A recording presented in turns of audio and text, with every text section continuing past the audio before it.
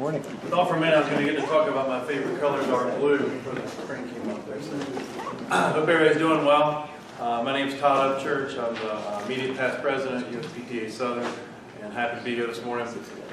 Talking about plan to pivot. It's about making change in your business and in your life.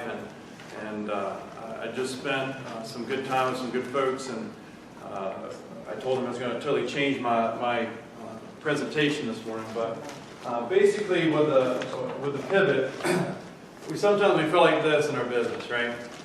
Life too, but we feel like this in our business sometimes, and we hit roadblocks. We don't know where we want to go with it. So, what kind of direction that we want to go in? So, to take a pivot is basically making a change in strategy without changing the vision. And it's not always about desperation. Sometimes it's to look for different growth opportunities and to look for different revenue opportunities. And I'll talk about myself personally. I was at a top 20 platinum club, country club for 10 years.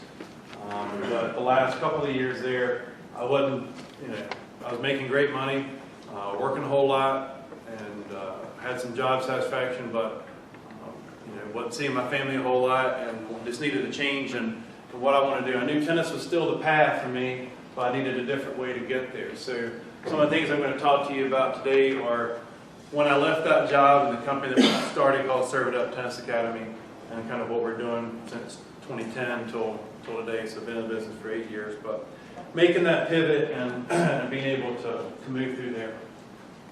And this is so true. The only move that matters is your next one. And I say that to my tennis kids a lot too. How you react to what's happened next is more important than what just happened and what I do with it after that. So first of all, I'll talk about business a little bit. Now the difference between an iteration and a pivot. Some people say like a pivot's going to be a pretty large change that's going to happen in your business or in your life. Now iteration is going to be something smaller. Making a change from charging $65 to $70 an hour, that's an iteration. Deciding that you're going to go from being a tennis pro to being a pickleball pro. I don't know if there is such a thing.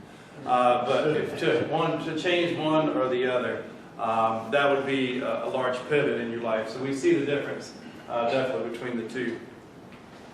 So some of the famous pivots that we've had, large business-wise, will be some of the ones that we have up on the screen there. So Twitter used to be called Odeo. And when it first started, it was a network where you could find podcasts. Definitely not what it is today. But iTunes rose really quick, and they had to change their model. So they became what we know them as today as far as an information social media platform. PayPal used to be a company called Confirmity, and they used to do beam payments from one phone to the other until eBay came up. So they pivoted and became the reseller or the payment of choice for that reseller. Starbucks used to just sell espresso machines. And then they thought they'd get in there, well, this might be cool to have a coffee shop or two and change the experience. After the CEO traveled through Europe and saw that and wanted to come back to the States. And then lastly, YouTube. What was YouTube before it is what it is now? It's a dating site. People would upload videos of themselves to meet other people. And they saw how much people were interested in showing themselves on the videos, and so they stripped out that and then made it into what it is today as far as video service goes. So 7 segments in your business that you can pivot. And I also put up there, and what's the plan? And I use this plan sometimes as an acronym for the people that I have that are club members or especially club members. And what I say with that is the P is they're my power users. Right? They're going to be there. If the courts are wet or dry, they're going to show up. They're going to be the ones helping you squeegee court. They got to get their matches in. They got to get on court. And those are the ones that are going to pay your mortgage. Right? Those power users. The L stands for people that love the game. They're going to show up, but they're not there like the power users. They'll be there. They enjoy the game, and they love being out there. But if the Wells Fargo tournament comes into town, they're going to go to that day instead of play their match. The A is just the average member that shows up, brings their kids out there once in a while, hits a few tennis balls. You might sell them a can of balls here and there. And then the N stands for you're never going to see them on a tennis court. And so, as far as segmenting and trying to make a living, you just kind of put those off to the side, and maybe they'll come around in the future and become something different. So, but my 7 segments to pivot would be a customer. If you have a customer problem, you essentially have the same product that you have now, but you're trying to solve a different problem with them, and solving that problem. You have to take some feedback from your customers to be able to see that. For us to serve it up, we started as I wanted to manage I wanted to manage neighborhood tennis clubs. Neighborhood tennis courts didn't have pros. So that's what I started with when I did that. Did that for a little while, and that was went okay, but then we saw a different segment that came up. My son was going into kindergarten. So imagine this, I just quit a really good job, and I got one of my first kid going into kindergarten. So I'm like, all right, I got to do something. So we started Serve It Up, and I got a flyer in the come home with his stuff, and they were offering golf at his school, and I'm like, why are we not offering tennis at his school? And that's kind of how we started, and now we do tennis at 20 different schools, and we're expanding through, trying to expand, but that was our little pivot there because we solved the problem, and we solved a different problem once we got into there, because what I saw was, as much as I wanted to think that tennis was the vehicle for some of these parents, because we were getting these kids right after school. The parents could leave them there. We took them for another hour, took them into a parking lot or to the gym. We taught them tennis. We took everything with us. We solved all these problems for the parents. And I wanted to think at the time it was because of tennis. And it was a little bit that they started there. But I was really solving the problem for the parents that they needed another hour. They needed another hour at the end of the day. They wanted to get their kids some exercise, and they could check those 2 boxes with what we were offering. And we were solving their problem by them not having to buy equipment, not having to pick their kid, take them somewhere else. We were showing up where they were and being able to take care of that. We solved the problem for the schools being responsible, taking care of everything that we needed to, so that they could look like they were offering more things to their students there. Question, did y'all do primarily elementary and middle schools, or? Elementary, no middle. Okay. Yeah, orange ball, red ball. Okay. Yeah, definitely no middle schools. But just moved into preschools. That's been great right there. 24 kids in one preschool. And 2 weeks ago, the 2 pros that were supposed to help me didn't show up.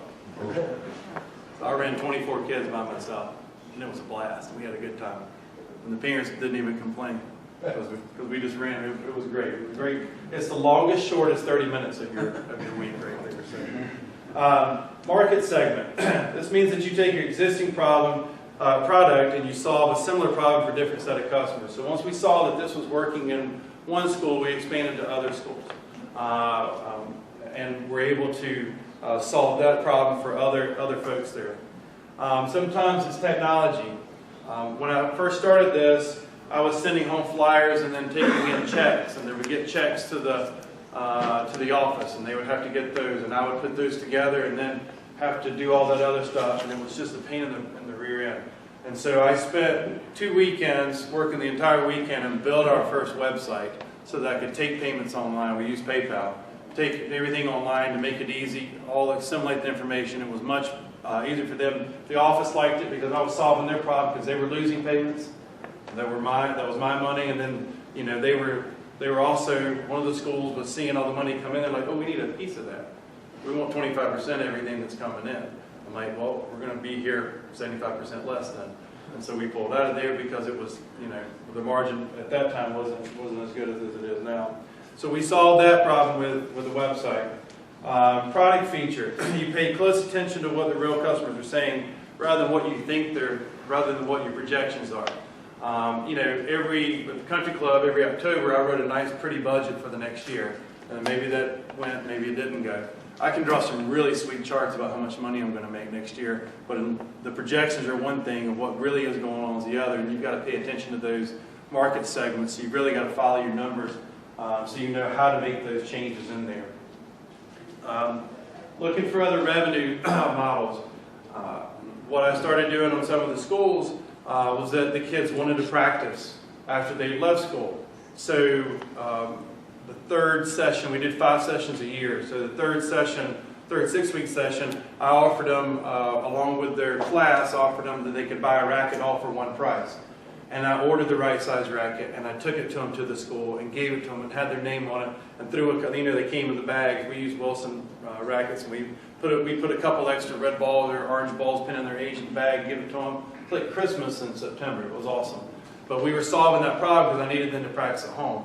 And then also out of that, a revenue model, I was managing a club at the same time. So I created my own funnel to bring those kids that wanted more than what I could give them in a bus parking lot or in a school gymnasium. I could take them to an actual tennis court and turn them into players and team players and other things. So we had that revenue model there that we added.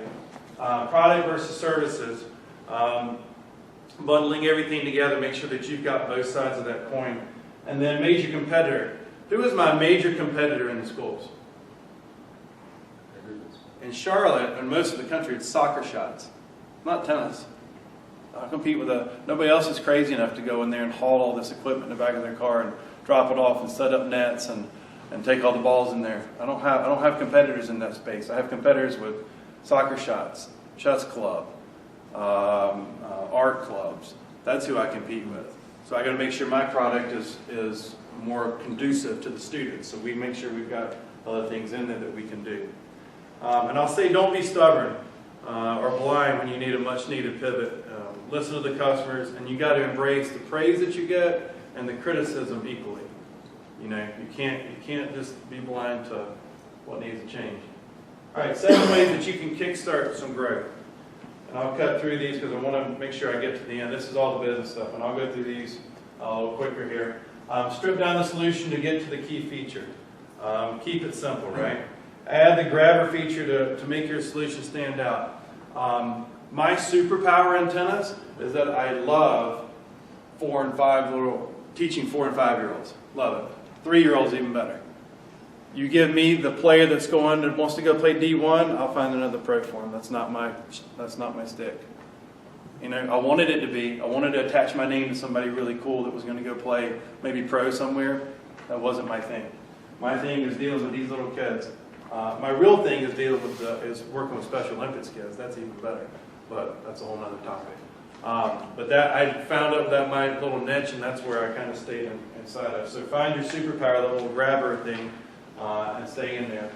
Hone your definition of your target customer demographics. I chased every school that I could chase, and some of them just didn't have the right demographics. They couldn't afford what we were going to do.